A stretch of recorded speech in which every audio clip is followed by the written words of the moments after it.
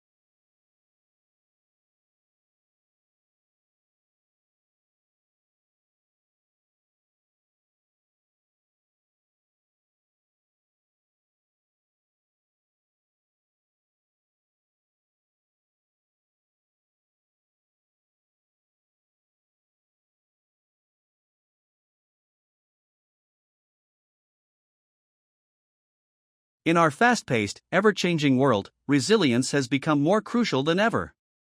Resilience is not about avoiding difficulties, but about navigating through them. It's the skill to bounce back from adversity, a trait that can be developed and strengthened over time. For example, someone who overcomes a personal loss and finds a way to grow from the experience demonstrates high resilience. But how do we cultivate this resilience?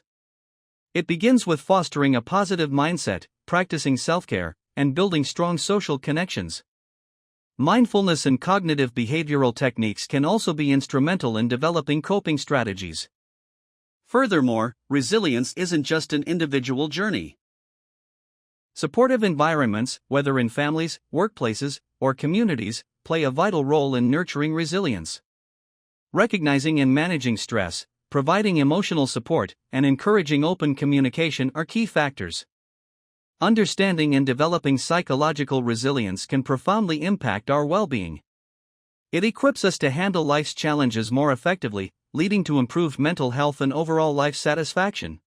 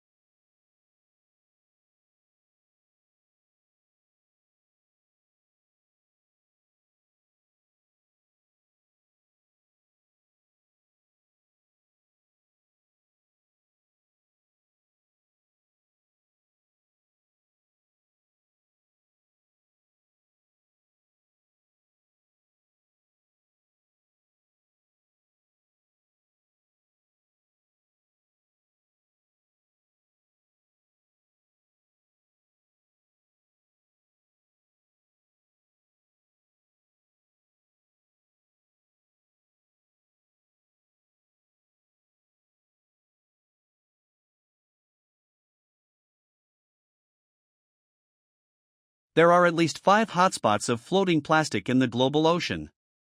These are gyres, where circulating currents trap debris. This one, the so-called Great Pacific Garbage Patch, is the largest, with almost 80,000 tons distributed over 600,000 square miles. The scientists teamed up with a charity that collects old fishing gear and other litter from the ocean, and gathered hundreds of plastic items to study in the lab. They found plants and animals, including anemones, tiny marine bugs, mollusks, and crabs on 90% of the debris they examined. As well as creating a semi-permanent floating habitat for coastal species in the open ocean, the researchers say all this plastic could be providing invasive species with rafts that allow them to cross the Pacific. This, they say, is yet another unintended consequence of plastic pollution for the ocean.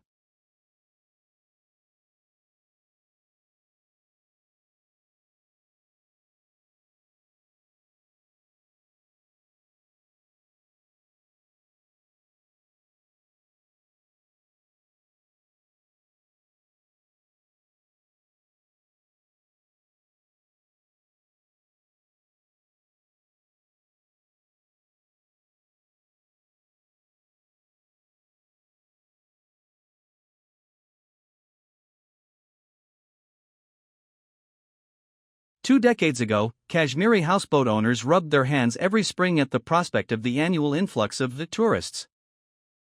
From May to October, the hyacinth-choked waters of Dal Lake saw flotillas of vividly painted shikaras carrying Indian families, boho Westerners, young travelers, and wide-eyed Japanese. Carpet sellers honed their skills, as did purveyors of anything remotely embroidered, while the houseboats, initiated by the British Raj, provided unusual accommodation.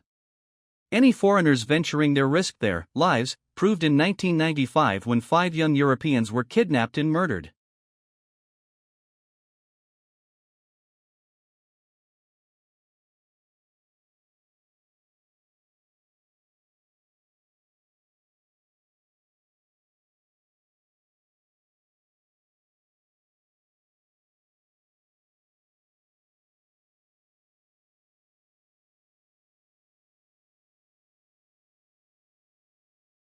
In America, there is certainly the potential for ethnic conflict. Categorically, our colossal metroplexes will not be sustainable in a post-oil future, and despite the wishes and yearnings of many people, the truth is that no combination of alternative fuels will permit us to continue living at this scale. Some of our cities will not make it. Phoenix, away. In Las Vegas, the excitement will be over. Tucson and other Sunbelt cities will dry up, and will not be a viable building type in our other megacities will have to downscale or face extreme dysfunction. One thing that almost nobody is paying attention to, the skyscraper, energy-scarce future. 6 or 7 stories must be the practical supply, is not necessarily as reliable as it has been in our time. Cities limit in a new age when electric, overburdened with megastructures, will have a severe liability.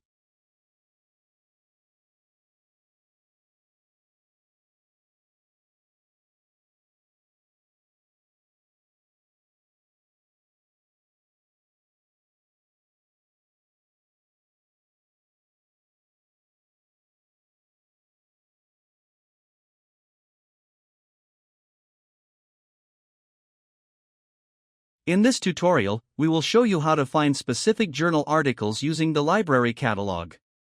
The university subscribes to over 18,000 journals across a variety of subjects, most of which are available electronically. To find a specific journal article using a library catalog, we need to search by the journal name, as individual article titles are not listed in the catalog.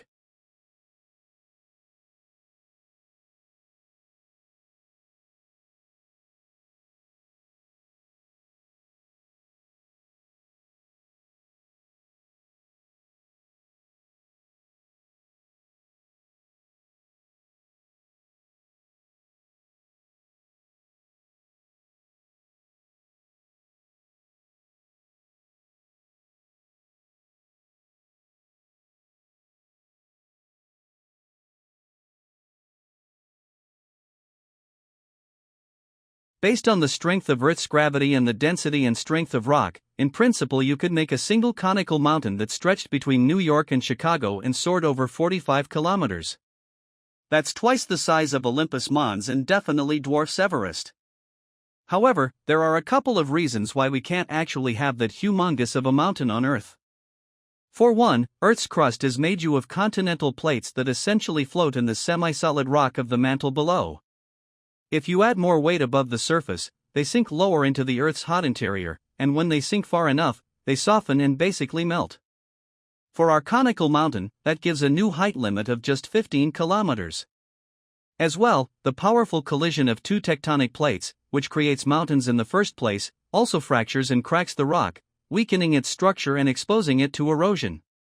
Over millions of years, freeze-thaw cycles pry at these cracks, while winds claw at the slopes and streams and glaciers carve deep valleys into the mountainside, all weakening the mountain's support.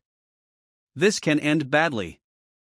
For example, 764 tall Aoraki Mount Cook in New Zealand had its top fall off one night in 1991, trimming it down to a 754 mountain. Given all the factors that conspire to limit the height of mountains, for example sinking into the Earth's mantle, fractures, and erosion, I wouldn't bet on our tallest mountains getting too much taller than they already are.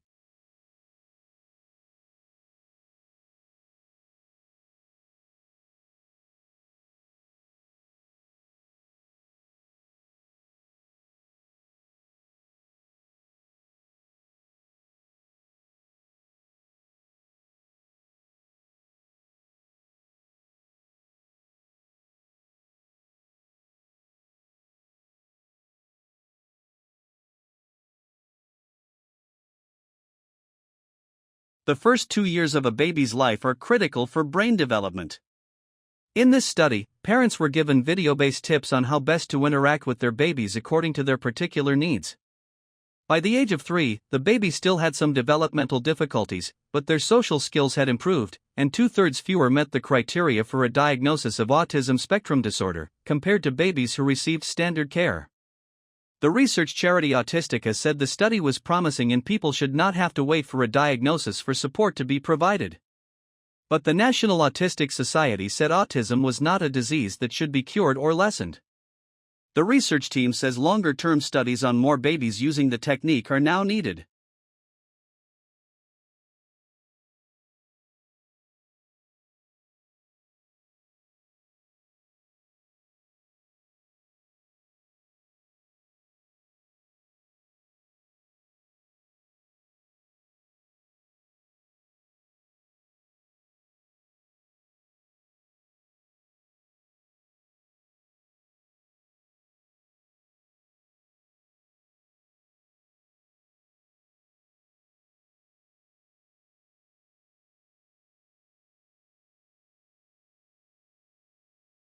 Listening to the soft rustle of the leaves, it's a sound that you simply cannot hear without silence. What you can sense in the noisy environment becomes suddenly vivid in the quiet. How clear and pure the sound is. It's fascinating, but it's also soothing. Suddenly, it's as if another realm has touched your auditory sense and you think, hey, I hadn't realized that something so faint, so subtle could be so.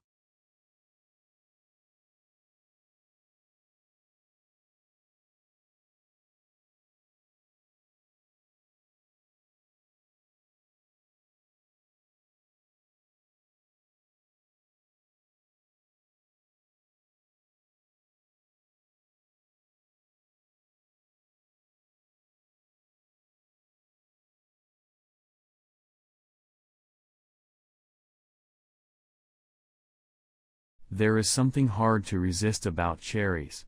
The small red fruit is a popular seasonal food around the world. In northern areas, cherry trees are just beginning to produce flowers. The cherry is a member of the same family of plants as the rose. It is closely related to the plum. Like cherry trees, plum trees also flower in early spring. Cherries are thought to be native to Western Asia. There are two major kinds of cherries harvested in the world, sweet and sour. Sour cherries are not eaten fresh because they contain little sugar. Instead, they are processed to make prepared foods like jellies and pies and to make alcoholic drinks. The United States is a major producer of sour cherries. Among the states, Michigan is the top producer.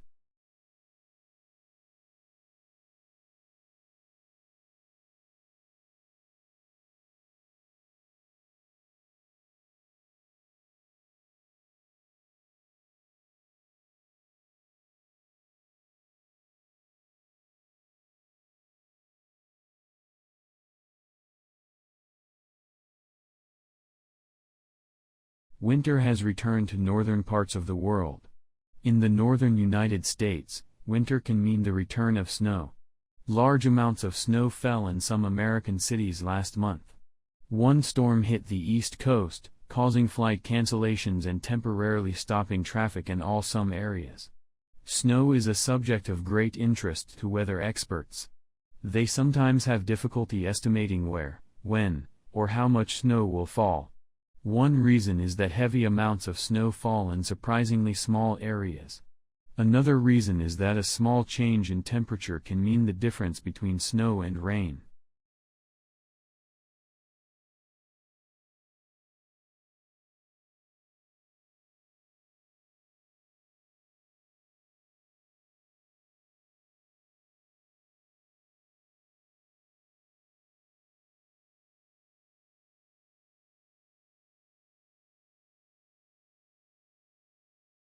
Hair has always been an important sign of beauty. This is especially true for women. Next to the face, hair is one of the main qualities people look for when they consider a woman's beauty. Whether long or short, curly or straight, hair often gets a lot of attention. People who have it value it. Those of us who do not, often mourn its loss. Each hair on a person's head grows from a single tube-like hole in the skin called a follicle. People are born with all of the hair follicles they are ever going to have. The average person has about 100,000 hair follicles. They begin to form on a fetus around the 3rd month of pregnancy.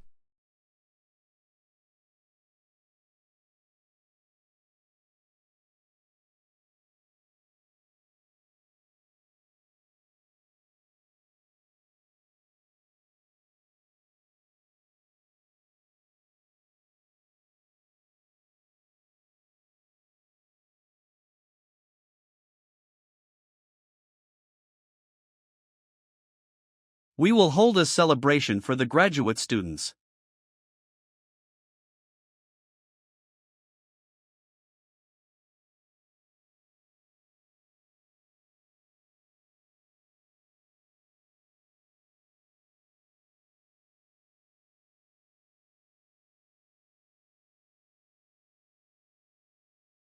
Criminal charges will be brought against all of the men.